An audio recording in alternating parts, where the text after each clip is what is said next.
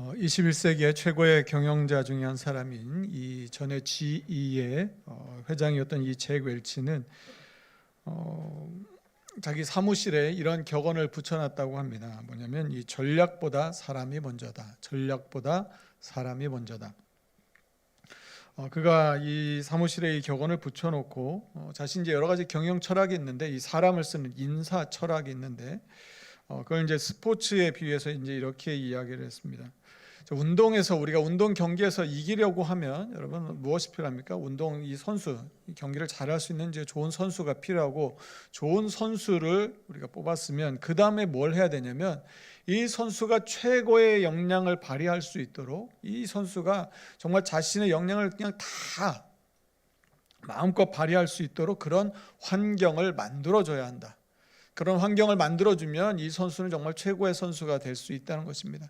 자, 이런 인사 철학, 이런 사람을 어떻게 써야 하는지에 대한 이 철학을 가지고 그가 이제 처음에 여기 갔을 때는 우리 돈으로 한 사람은 한 20조 정도 되는 그런 기업 가치였는데 나중에는 이게 한 700조 정도 되었다고 합니다. 그러니까 한 35배 정도 이렇게 기업이 이제 성장한 것이요. 그 밑에는 사람이 먼저다 하는 것입니다. 사람이 전략보다 사람이 먼저라고 하는 것이죠. 여러분 우리가 살아가면서 이제 사람들을 많이 만나게 됩니다. 그런데 사람들을 만나다 보면 이제 크게 한 두 가지 정도로 나눠지지 않을까 싶습니다. 어떤 사람들은 우리가 같이 일을 하면 함께 있으면 그 하는 일들이 막 잘 되게 막 도와줍니다. 힘을 보태고 도와주고 격려하고 응원하면서 그러면서 자신이 그 안에서 소중한 자신의 존재 가치를 나타내는 사람이 있는가 하면 또 한 사람은 어떤 부류가 있냐면 그 일들이 안 되게 하는 겁니다. 그 일들이 안 되기 위해서 어렵게 만들어서 같이 도와주지 않고 그래서 어떻게 하냐면 거 봐라 내가 없으면 일이 안 되지 않냐 이런 모습으로 자신의 존재 가치를 드러내는 사람들이 있는 것이죠. 여러분은 어떠십니까? 어떤 편에 어떤 쪽에 속하십니까? 다른 사람과 할 때 어떻게든지 도와줘서 일이 잘 되게 하는 사람 그쪽에 속하십니까? 아니면 어떻게든지 안 되게 해서 안 되는 걸로 나의 존재감을 내는 내가 얼마나 영향력 있는 사람인지를 알리고자 하십니까? 오늘 우리가 말씀 속에서 느헤미야 오늘 느헤미야서인데요. 느헤미야의 삶을 통해서 우리가 같이 생각해 보고 싶은 것은 이것입니다. 하나님이 형통에 이르게 하는 삶, 하나님께서 형통하게 하는 사람들은 어떤 사람인지를 말씀 속에서 한번 살펴보고자 합니다. 이스라엘 백성들이 예루살렘이 기원전 586년, 587년경에 이제 멸망했습니다. 그래서 바벨론의 포로로 잡혀갔고요. 그러고 난 다음에 이제 바벨론에서 이 페르시아 바사로 이제 나라가 바뀌었습니다. 이 바사가 다시 또 이 바벨론을 또 점령하게 됩니다. 자, 그런데 이 페르시아 바사의 왕이었던 이 고레스가 칙령을 내려서 이스라엘 백성들이 다시 예루살렘으로 돌아갈 수 있게 했습니다. 돌아가서 이제 성전을 건축하도록 해줬습니다. 그래서 1차로 돌아왔을 때 그들이 무엇을 했냐면 그 말 그대로 성전을 재건합니다. 근데 성전을 재건하는데 방해도 있고 어려움도 있어서 시간이 조금 걸렸습니다. 그리고 난 다음에 2차로 누가 왔냐면 에스라가 왔습니다. 이 학사 에스라가 와서 이스라엘 백성들에게 유다 백성들에게 하나님의 말씀을 가르쳤습니다. 그래서 성전뿐만 아니라 말씀에 굳게 서고 했고 그러고 난 다음에 이 3차로 이 세 번째 귀환을 했을 때 그때 누가 왔었냐면 오늘 본문에 나오는 느헤미야가 왔습니다. 자, 그런데 느헤미야가 오기 전에 무슨 일이 있었냐면 이 예루살렘에 대한 소식을 들었어요. 형제 중에 하나인 이 하나니로부터 예루살렘 성에 대한 소식을 들었는데 예루살렘 성이 지금 어떤 상황이냐면 큰 환란을 당하고 있고 능욕을 받고 성이 무너져 있고 이 백성들이 환란과 고난을 당하고 있다는 것입니다. 성문은 다 불타버렸다는 것이죠. 자, 이런 소식을 듣고 나니까 느헤미야의 마음이 너무 무너져 내리는 겁니다. 지금 이 느헤미야는 이 페르시아에서 이 아닥사스다 왕 밑에서 술 맡은 관원이에요. 그러니까 정치적으로 굉장히 높은 자리입니다. 왕의 신뢰를 받는 그 역할을 맡고 있는데 그러니 삶이 좀 편안하지 않겠습니까? 나는 좀 편안하게 사는데 내 고향 예루살렘은 이렇게 예루살렘 백성들은 다 고난을 당하고 있고 성은 다 무너져 있는 이 아픈 이야기를 들으니까 이 느헤미야의 마음이 이게 견딜 수 없는 것입니다. 그래서 하나님 앞에 기도합니다. 뭐라고 기도했냐면 이렇게 기도합니다. 느헤미야 1장 11절 말씀인데요. 그 말씀을 제가 읽어드리겠습니다. 느헤미야 1장 11절 말씀입니다. 주여 구하오니 귀를 기울이사 종의 기도와 주의 이름을 경외하기를 기뻐하는 종들의 기도를 들으시고 오늘 종이 형통하여 이 사람 앞에서 은혜를 입게 하옵소서 하였나니 그때에 내가 왕의 술관원이 되었느니라. 느헤미야가 뭐라고 기도했냐면, 하나님 오늘 종이 형통하게 해주십시오. 하나님 형통하게 해주시기를 기도합니다. 그런데 그 형통이 무엇이냐면 그 뒤에 이 사람은 누구냐면 이 바사왕의 아닥사스 왕입니다. 아닥사스 왕 앞에 은혜를 얻게 해주십시오. 자, 그런데 이 형통이라고 하는 단어가 어떤 의미를 가지고 있냐면 밟고 건너다, 그리고 또 이 장벽을 뚫고 앞으로 나가다, 이런 뜻이 있습니다. 여러분, 이 단어가 많이 나온 사람이 누구냐면 우리 구약 이 창세기에 나오는 요셉입니다. 요셉. 창세기 39장에 가면 이 형통이라는 단어가 3번 반복해서 나오는데 요셉의 삶이 바로 형통한 삶이었어요. 여러분, 그런데 우리가 아는 것처럼 요셉의 삶이 그러면 아무 문제도 없이, 정말 아무 어려움이 없이 그냥 술술 풀리는 삶이었냐면 그렇지 않았다는 것이죠. 형들이 자기 동생 요셉을 팔았습니다. 애굽에 팔려갔는데 거기에서 또 누명을 쓰고 감옥에 갇히게 됩니다. 하나도 술술 풀리는 삶이 아닌데 요셉 앞에 형통했다고, 하나님이 그를 형통하게 하셨다는 이 형통이라는 단어를 붙입니다. 여러분, 형통이 무엇입니까? 막혀 있는데, 장벽이 막혀 있는데 그것을 뚫고 나아가는 것, 뚫고 나아가서 승리를 얻게 하는 것, 바로 이것이 성경이 말하는 형통이라고 하는 것이죠. 하나님께서 지금 형통하게 해주시기를 느헤미야가 기도하는 것입니다. 하나님, 앞으로 어떤 어려움을 만날지 모르지만 형통하게 해주셔서, 그래서 하나님 무너져 있는 이 예루살렘의 성벽을 다시 세울 수 있도록 길을 열어주십시오, 이 기도를 했던 것이죠. 이 마음을 갖고 있으니까 이 느헤미야의 얼굴이 수심이 가득 찼어요. 그래서 아닥사스 왕이 이 느헤미야를 보면서 왜 이렇게 얼굴에 수심이 가득 찼냐 이야기를 하니까, 그때 내가 무엇을 원하는지, 내가 어떻게 하면 이 수심이 가라앉을 수, 이제 사라질 수 있는지 왕이 묻습니다. 그때 느헤미야가 이렇게 말합니다. 자, 종이 왕의 목전에서 은혜를 얻어 싸우면 유다 땅에 가서 성을 건축하도록 허락을 구하는 것이죠. 이 왕이시여, 내가 예루살렘으로 다시 돌아가서 내가 예루살렘의 성을 다시 건축할 수 있도록 허락해 주십시오, 이 이야기를 합니다. 그랬더니 왕이 흔쾌히 허락해 주고, 그리고 그뿐만 아니라 가는 길에 무사히 잘 지나갈 수 있도록 조서도 써줍니다. 그리고 군대를 보내서 호위를 해서 안전하게 갈 수 있도록 지켜주는 것이죠. 여러분, 이 정도면 형통한 삶 아닙니까 여러분? 가는 길들이 다 왕이 다 보호해주는 이 길인데, 그런데 오늘 본문에서 말하는 그 형통은 어떤 것이 형통인지를 느헤미야를 통해서 우리 가운데 이렇게 말합니다. 아까 말씀드렸던 것처럼 형통이 무엇입니까? 장벽을 뚫고 나아가서 얻는 승리, 바로 이것이 형통이라는 것이죠. 느헤미야가 이제 예루살렘에 왔습니다. 그래서 11절 오늘 본문 이하의 말씀들을 보시면 예루살렘에 이제 머문 지 이제 사흘이 되었고요. 12절 말씀에 가면 내 하나님께서 예루살렘을 위해 무엇을 할 것인지 내 마음에 주신 것을, 느헤미야의 마음에 하나님이 주신 비전이 있었습니다. 하나님 주신 사명과 소명이 있었습니다. 그것을 마음에 품었던 것이죠. 그런데 이것을 사람들에게 말하지 않습니다. 12절 말씀 보시면 내가 아무에게도 말하지 아니하고 밤에 일어나서, 사람들에게 말하지 않고 밤에 몰래 사람들의 눈을 피해서 하나님이 주셨던 이 비전을 가지고 밖으로 나옵니다. 자, 이 13절 말씀을 보시면 13절 말씀에 이제 중요한 단어가 하나 나옵니다. 우리 13절 말씀 같이 한번 읽어보도록 하겠습니다. 본문 13절 같이 읽습니다. 시작. 그 밤에 골짜기 문으로 나가 성벽이 다 무너졌고 성문은 불탔더라. 자, 형통한 삶을 사는 것, 형통에 이르는 길, 3가지 길이 오늘 말씀 속에 나오는데, 첫 번째는 무엇이냐면 우리가 형통한 삶을 살려면 무엇이 필요하냐? 누가 형통한 삶을 사느냐? 보는 자라는 것입니다. 보는 자. 13절에도 나오고 15절에도 나오는데요. 그 밤에 골짜기 문으로 나가서 용정으로 분문에 이르는 동안에 보니, 느헤미야는 보았습니다. 자, 무엇을 보냐면 이 예루살렘 성벽이 다 무너지고 성문이 불탄 것을 보았습니다. 그런데 이 본다는 것은 그냥 이렇게 눈으로 쳐다보는 것이 아니라 아주 꼼꼼히 살펴보는 것입니다. 아주 면밀히 관찰하는 것입니다. 조사하는 것처럼 그 모든 상황들을 자세히 들여다보는 것을 의미합니다. 지금 예루살렘 성이 얼마나 무너져 있는지, 이 성문이 얼마나 불탔는지, 성벽이 얼마나 무너져 있는지를 다 꼼꼼히 다 헤아려 살펴본 것입니다. 여러분, 그런데 이 예루살렘 성벽이 지금 이렇게 무너져 있는 게 갑자기 무너진 게 아니라 이 시간이 오래되었다는 것입니다. 왜냐하면 성전이 건축된 이후로 지금 이 느헤미야가 왔을 때는 벌써 그 시간이 한 100년 정도 흐릅니다. 자, 그런데 처음 1차 기한 때부터 이 시간이 이렇게 많이 흘렀는데 그동안에 무너져 있었던 것이죠. 그런데 다른 사람들 눈에는 이게 안 보였었나 봅니다.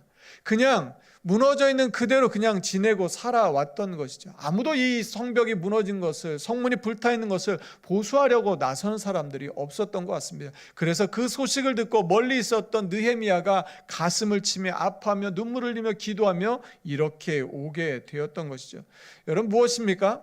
그 안에 계속 머물러 있으면 무엇이 문제인지 무엇이 잘못되었는지를 볼 수 없다는 것입니다. 보이지 않는다는 것이죠. 늘 계속해서 그 안에 생활하다 보면 그냥 당연한 것처럼 여겨지는 것입니다. 그런데 멀리서 보면 그게 보이는 것이죠. 아, 이게 잘못되었구나, 이게 아닌데 하는 것들이 깨달아진다는 것입니다. 느헤미야의 눈에는 그게 보이고 들렸던 것이죠. 이 예루살렘이 얼마나 무너졌냐면 14절 말씀 보시면 앞으로 나아가 샘문과 왕의 못에 이르러서는 탄 짐승이 지나갈 곳이 없는지라. 자기가 타고 가는 그 짐승이 지나갈 수도 없을 만큼 다 무너지고 다 망가져 버린 것입니다. 길이 다 끊어져 버린 그 정도로 망가져 있었던 것이죠. 그런데 사람들은 그 길들을 다시 회복하려고 하지 않았던 것 같습니다.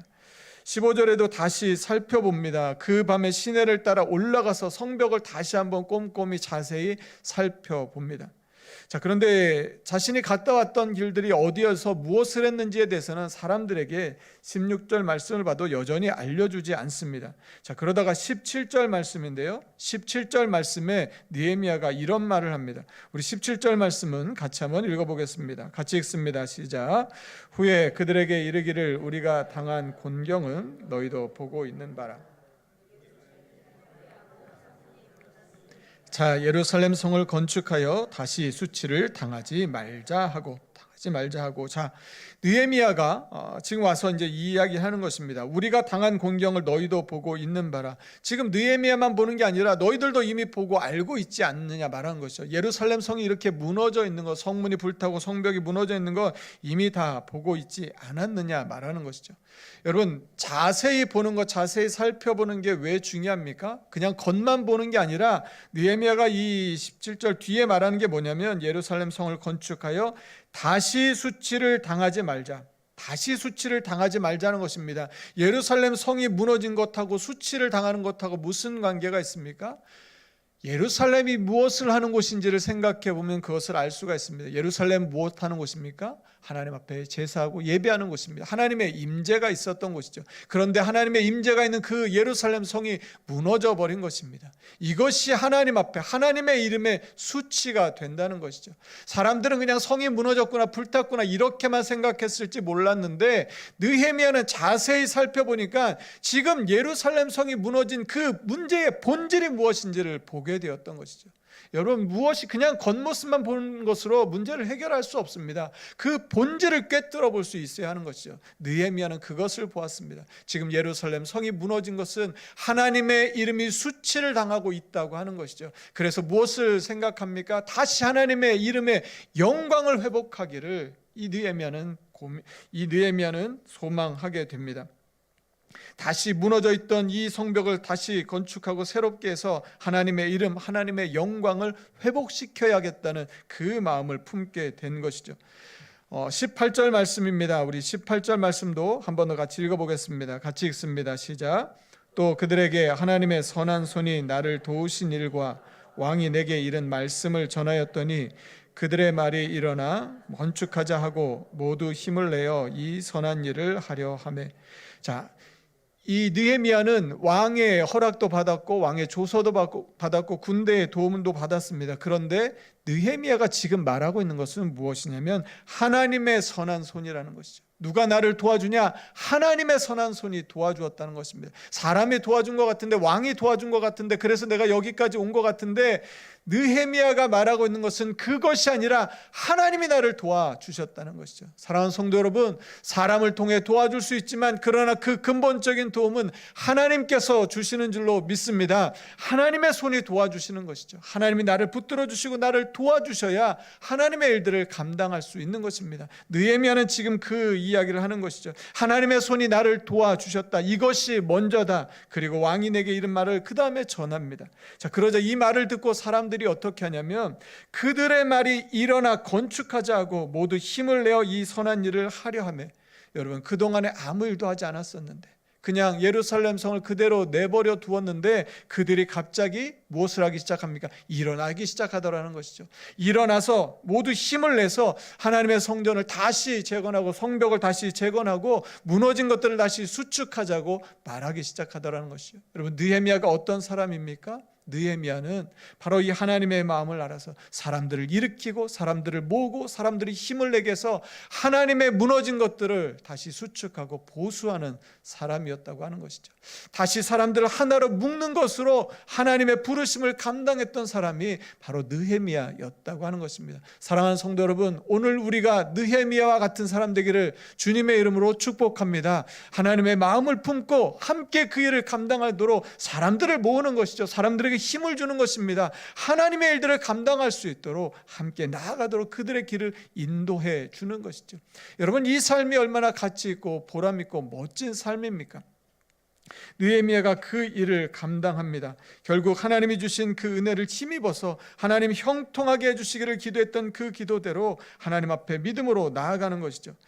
자, 이렇게 되면 이제 사람들도 일어났습니다. 뭔가 이제 될 것 같습니다. 그러면 이제 정말 뭔가 되어야 될 것 같은데 그때 뭐가 나타나냐면 방해가 나타난다는 것입니다. 다른 사람이 와서 그 일을 가로막는다는 것이죠. 19절 말씀입니다. 19절 말씀이 이렇습니다.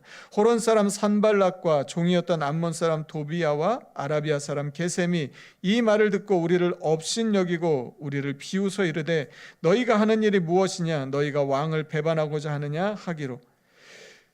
이 호론 사람은 이 북쪽 사마리아, 그리고 이 암몬 사람은 이 동쪽, 그리고 이 게셈은 이 아라비아 사람입니다. 그러니까 예루살렘을 중심으로 북쪽, 동쪽, 남쪽으로 다 포위해서 지금 이스라엘 사람들을, 이 느헤미야를 지금 공격해 오는 것입니다. 뭐라고 말하냐면 그들이 이들을 업신여깁니다. 업신여기다는 것은 비웃고 조롱합니다. 그리고 이들이 또 우리를 비웃습니다. 멸시하고 경멸합니다.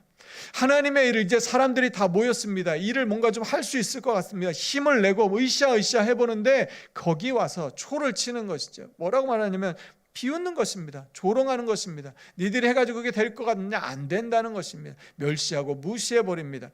이 느헤미야 4장 3절에 보면 이 암몬 사람 도비야가 이런 말을 합니다. 암몬 사람 도비야는 곁에 있다가 이르되 그들이 건축하는 돌 성벽은 여호가 올라가도 곧 무너지리라. 돌 성벽을 쌓고 있는데 여호가 올라가도 무너질 거라고 이렇게 막 무시하는 것입니다. 멸시를 하는 것이죠.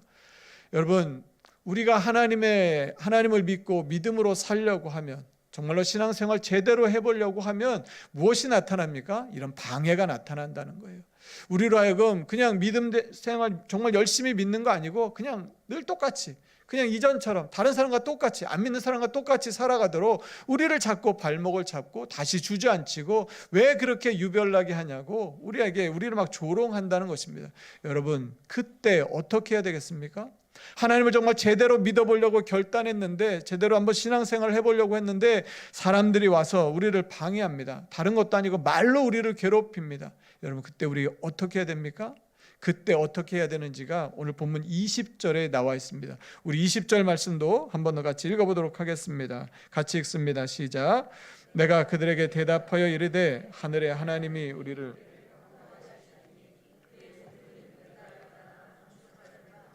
오직 너희에게는 예루살렘에서 아무 기업도 없고 권리도 없고 기억되는 바도 없다 하였느니라.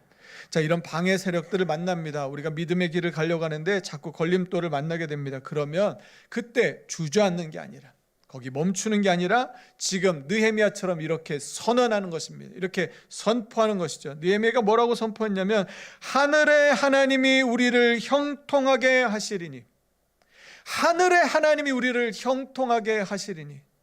여러분, 하나님이 우리를 형통하게 하시면, 형통이 무엇이었습니까? 장벽을 뚫고 나가서 승리하게 하시면 여러분 아무것도 두려워할 것도 염려할 것도 없는 줄로 믿습니다. 하나님이 우리를 형통하게 하시는데 누가 우리를 막을 수 있겠습니까? 여러분, 저를 한번 따라해 주시겠습니까? 하나님이 우리를 형통하게 하시리니, 하나님이 우리를 형통하게 하시리니. 여러분, 이번에 우리 가슴에 손을 얹고 이렇게 한번 저를 따라해 주시겠습니까? 하나님이 나를 형통하게 하시리니, 하나님이 나를 형통하게 하시리니. 여러분, 하나님이 나를 형통하게 하시면 그 어떤 상황 가운데도 승리하게 될 줄로 믿습니다. 하나님이 형통하게 하시는데 뭐가 문제가 되겠습니까? 사람들이 무슨 말을 해도 방해해도 괜찮습니다. 하나님이 형통은 돌파하고 뚫고 나갈 수 있도록 주시는 힘과 승리이기 때문에 그 어떤 것도 우리를 막을 수 없고 승리하게 될 줄로 믿습니다. 느헤미야가 그들의 길을 방해했던 그들에게 이렇게 말합니다. 20절 그 하반절 뒤인데요. 오직 너희에게는 예루살렘에서 아무 기업도 없고 권리도 없고 기억되는 바도 없다 하였느니라. 그들은 기억되지도 않고 그들은 그곳에 예루살렘에서 아무런 기업도 얻지 못해요. 오직 하나님의 말씀을 붙들고 하나님이 형통하게 하실 것을 믿고 나아갔던 느헤미야와 예루살렘 유다 백성들에게만 기업이 있고 축복이 있고 하나님의 은혜가 있게 되는 것이죠. 사랑하는 성도 여러분, 하나님의 백성된 우리들, 하나님의 자녀된 우리들, 하나님께서 형통하게 하시고 은혜와 복으로 우리의 삶을 가득가득 채워주실 줄로 믿습니다. 그 은혜를 입으니까요, 3장부터는 여러분 나중에 말씀 한번 보시면 많은 사람, 수십 명의 사람의 이름들이 나옵니다. 이 사람들이 다 누구냐면 느헤미야와 함께 하나님이 우리를 형통하게 하실 것을 믿고 그 길에 함께 따라 나섰던 사람들인 것이죠. 1절 말씀 보시면 3장 1절에 그때의 대제사장 엘리야십이 그의 형제 제사장들과 함께 일어나 양문을 건축하여 성별하고, 또 2절에 가시면 그 다음은 여리고 사람들이 건축하였고 또 그 다음은 이므리의 아들 삭굴이 건축하였으며 계속해서 그 말씀을 붙들고 나아가는 사람들의 이름이 쭉 나오게 되는 것이죠. 자신들이 할 수 있는 자신들의 역할을 감당해서 하나님의 성벽을 완성합니다. 여러분, 그 성벽을 완성하는데 시간이 얼마 걸린 줄 아십니까? 52일 걸렸습니다. 이게 가능한 일입니까? 하나님이 형통하게 하시니까 사람의 힘으로는 할 수 없을 것 같아 보였던 그 일들이 가능해지더라는 것이죠. 그동안 오랫동안 아무도 거기에 손대지 않았던 그 일을 느헤미야가 가서 하나님의 마음을 품고 하나님의 주신 생각을 품고 함께 나누었더니 모두가 함께 참여하니까 하나님의 성벽을 기적같이 만들어내더라는 것이죠. 사랑하는 성도 여러분, 하나님의 형통이 우리의 삶에도 이런 기적을 이루어 줄 줄로 믿습니다. 그 은혜가 넘치는 우리의 삶이 되기를 간절히 소망하고 축복합니다. 오늘은 오늘이 아니고 올해죠. 올해는 교회 창립 45주년이 되는 해입니다. 여러분, 우리 교회 이름이 해성입니다. 우리 장로님 기도해 주신 것처럼 해는 이 바다 해자와 별성자입니다. 바다의 모래같이 하늘의 별과 같이 그런 아름답고 멋진 그런 영광스러운 이름이 우리 교회의 이름입니다. 사랑하는 성도 여러분, 하나님께서 우리의 이름처럼 우리 교회를 빛나게 해 주실 줄로 믿습니다. 여러분, 우리가 지난 시간들을 한번 돌아보고 살펴봅니다. 우리 지난 45년의 삶, 그 시간들, 우리의 믿음, 우리의 예배, 우리의 헌신, 우리의 사역은 그 45년에 걸맞는 모습을 우리가 하고 있는지 다시 한번 돌아봅니다. 그 안에 오래 있었을 때 예루살렘 사람들은 성전이 무너지고 성문이 불타고 성벽이 무너진 것을 볼 수 없었습니다. 그런데 느헤미야가 오자 우리의 현실을 보게 되었고 다시 힘을 모아서 일어설 수 있게 되었습니다. 사랑하는 성도 여러분, 우리 교회를 통한 하나님의 위대한 뜻이 있는 줄로 믿습니다. 다시 한번 하나님의 그 영광을 바라보며 함께 힘을 모아 일어나는 우리 모든 성도님들이 되기를 주님의 이름으로 축복합니다. 하나님의 그 멋진 일들을 감당해야죠. 여러분, 이제 45주년인데 50주년이 되었을 때는 우리가 더 멋진 모습으로 정말로 하늘의 별과 같이 바다의 모래같이 하나님의 놀라운 부흥과 놀라운 은혜를 경험하며 하나님을 예배해야 되지 않겠습니까?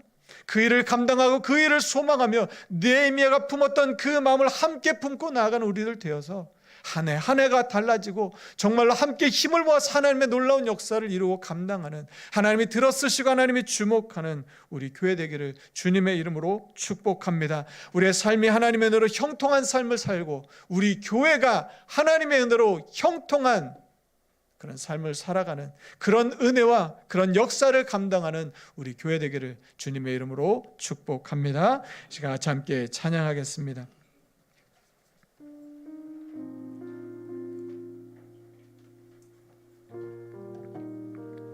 우리에겐 소원이 하나 있네. 주님 다시 오실 그날까지 우리 가슴에 새긴 주의 십자가 나의 교회를 사랑케 하네. 주의 교회를 향한 우리 마음, 희생과 포기와 가난과 고난, 하물며 죽음조차 우리를 막을 수 없네. 우리 교회는 이 땅의 희망. 교회를 교회되게, 예배를 예배되게 우리를 사용하소서. 진정한 부흥의 날 오늘 임하도록 우리를 사용하소서. 하나님께서 쓰시는 교회, 하나님 앞에 쓰임받는 교회, 하나님 우리의 삶에 형통이 있고 우리 교회에 형통이 있고 부흥이 있는 그런 우리 해성교회 되게 하여 주시옵소서. 우리 그렇게 기도하는 마음으로 다 함께 자리에서 일어나셔서 우리 결단의 찬양으로 찬양하며 나아가겠습니다. 우리에겐 소원이 하나 있네. 에겐 소원이 하나 있네. 주님 다시 오실 그날까지 우리 가슴에 새긴 주의 십자가 사랑 나의 교회를 사랑케 하네. 주의 교회를 향한 우리 마음, 희생과 포기와 가난과 고난, 희생과 포기와 가난과 고난, 하물며 죽음조차 우리를 막을 수 없습니다. 자, 우리를 막을 수 없네. 우리 교회는 이 땅의 희망입니다. 이 땅의 희망. 교회를 교회되게, 예배를 예배되게 우리 사용하소서. 진정한 부흥의 날 오늘 임하도록 우리 사용하소서. 우리 처음부터 다시 한번 찬양합니다. 우리에겐 소원이 하나 있네. 주님 다시 오실 그날까지 우리 가슴에 새긴 주의 십자가 사랑 나의 교회를 사랑케 하네. 주의 교회를 향한 우리 마음, 희생과 포기와 가난과 고난, 포기와 가난과 고난, 하며 죽음조차 우릴 막을 수 없네. 이 땅의 희망, 교회를 교회되게, 교회 예배를 예배되게 하여 주시옵소서. 주님 우리를 사용하소서. 우리를 사용하소서. 진정한 부흥의 날 주님 오늘 우리 가운데 임하기를 소망합니다. 우리 마지막으로 한 번 더 고백합니다. 교회를 교회되게, 예배를 예배되게 우리 사용하소서. 진정한 부흥의 날 오늘 임하도록 우리 사용하소서. 이 시간 우리 같이 함께 기도하겠습니다. 여러분, 먼저 우리의 삶을 위하여 기도하겠습니다. 삶의 길이 막혀 있지는 않으십니까? 건강의 문제, 물질의 문제, 관계의 문제, 직장의 문제, 사업의 문제, 가정의 문제, 진로의 문제, 여러 가지 삶의 길들이 여러분 혹시 막혀서 답답하지는 않으십니까? 느헤미야는 그 상황들을 꼼꼼히 면밀히 살펴보았습니다. 그리고 그 문제의 원인 본질을 찾아냈습니다. 그리고 왕의 허락도 있었고 왕의 조서도 있었지만 하나님의 손, 하나님의 도우심, 하나님의 그 도우심을 먼저 구했습니다. 하나님의 도우심이 그의 삶 가운데 있었습니다. 여러분, 형통하는 삶의 세 번째는 방해와 어려움이 있지만 그 상황 가운데 선포하는 것입니다. 우리 하나님이 형통하게 하시리니, 나의 하나님이 형통하게 하시리니. 여러분, 삶의 문제가 그것이 무엇이라 할지라도 하나님의 형통, 그 장벽을 뚫고 지나가서 승리하게 하시는 그 하나님의 형통. 요셉이 고난과 어려움이 있었지만 형통한 삶을 살았던 것처럼 하나님, 나의 하나님이 형통하게 하실 것을 믿습니다. 삶의 어려움과 고난이 와도 주님 나를 형통하게 하실 것을 믿고 믿음으로 나아가는 우리의 삶이 되게 하여 주시옵소서. 하나님, 우리 교회 또한 형통하는 교회 되게 하여 주시고, 다시 부흥하는 교회 되게 하여 주시고, 이제 45주년에서 이제 50주년을 향할 때 하나님의 부흥을 맛보는 교회 되게 하여 주시옵소서. 말씀의 축제 자리자리가 가득 채워지게 하여 주시고, 예배의 자리가 가득 채워지게 하여 주시고, 많은 성도를 힘을 모아 하나님의 교회를 든든히 세워가는 우리 모두가 다 되게 하여 주시옵소서라고 우리 주신 말씀 기억하며 간절한 마음으로 합심하여 같이 함께 기도하겠습니다. 하나님 감사합니다. 하나님의 시간 또 주님 앞에 간절한 마음으로 기도합니다.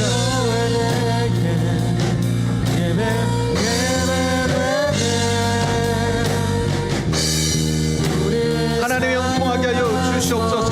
하나님, 돌파하고 뚫고 나갈 수 있는, 밟고 지나갈 수 있는 힘을 허락하여 주시옵소서. 아무 문제가 없어서 형통이 아니라 하나님, 벽이 가로막고 장벽이 놓여있고 하나님 방해하는 세력들이 있지만 하나님 뚫고 지나갈 수 있는 그 힘, 하나님 밟고 지나갈 수 있는 그 힘, 장벽을 뚫고 나가서 승리할 수 있는 그 힘, 그 형통을 하나님 우리 가운데 허락하여 주셔서 하나님, 건강의 문제, 질병의 문제, 하나님 관계의 문제, 물질의 문제, 사업의 문제, 직장의 문제, 가정의 문제, 하나님 여러가지 삶의 모든 문제들 하나님 뚫고 나아가 하나님 나를 형통하게 하실 하나님의 은혜를 하나님 우리의 삶이 다 되게 하여 주시옵소서. 하나님의 은혜를 소망합니다. 하나님의 붙드심을 바라보며 나아갑니다. 하나님의 손이 나를 붙들어 주심을 믿습니다. 하나님의 손이 나와 함께 하심을 믿고 하나님 믿음으로 나아가는 우리를 다 되게 하여 주셔서 하나님이 나를 형통하게 하신 은혜를 고백하며 노래하는 우리의 삶이 다 되게 하여 주시옵소서. 하나님 아버지, 참으로 인도하여 주셔서 참으로 주님께서 인도하여 주셔서 주의 하나님 아버지, 참으로 좀 인도하여 주시옵소서.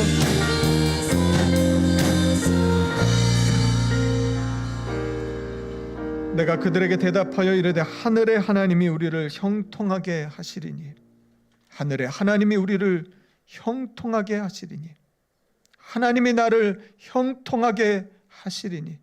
하나님, 삶의 어려움을 만나고 답답한 일을 만나고 조롱과 비난과 마음 상하고 눈물 나는 힘겨운 상황을 만나지만 건강의 장벽 앞에, 물질의 벽 앞에, 관계 앞에, 하나님 가정에서 또 직장과 사업과 하는 모든 일들 앞에 하나님 우리의 인생의 벽을 만났을 때에 하나님 거기에 주저앉고 무너지지 않고 하나님의 도우시는 그 손을 붙들고 하나님이 나를 붙들고 계심을 믿고 모든 그 상황 앞에 믿음으로 선포하여서 하나님이 나를 도우시니, 하나님이 나를 형통하게 하시리니, 하나님 그래서 그 모든 어려움을 뚫고 나아가 승리케 하시는 하나님의 형통을 누리며 살아가는 우리 모두의 삶이 되게 하여 주시옵소서. 이 한 주간 형통한 은혜가 우리 가운데 넘칠 것을 믿습니다. 주님 기쁨과 감사가 넘치는 우리의 삶이 되게 하여 주시고 우리 교회 가운데 하나님의 형통이 임하여서 하나님 다시 부흥하는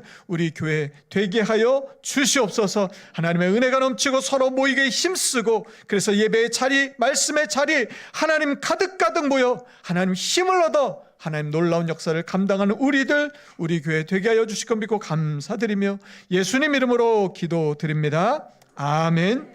이제는 우리 주 예수 그리스도의 은혜와 하나님의 사랑과 성령의 교통하심이 삶의 여러 가지 어려움을 만났지만 뚫고 지나가 승리하게 하신 하나님의 그 형통의 은혜를 누리며 살아가길 소망하고 다짐하는 오늘 예배하는 우리 모든 성도들 위해 그들 가정과 일터 위에 45년 하나님 한결같은 은혜로 지켜보여 주신 그 은혜, 이제는 형통케 하시고 부흥케 하실 하나님의 은혜를 소망하며 다시 한번 우리의 믿음을 새롭게 하기를 소망하는 오늘 예배는 우리 모든 성도들 위해, 우리 교회 위에 이제부터 영원까지 함께 하시기를 간절히 축원하옵나이다.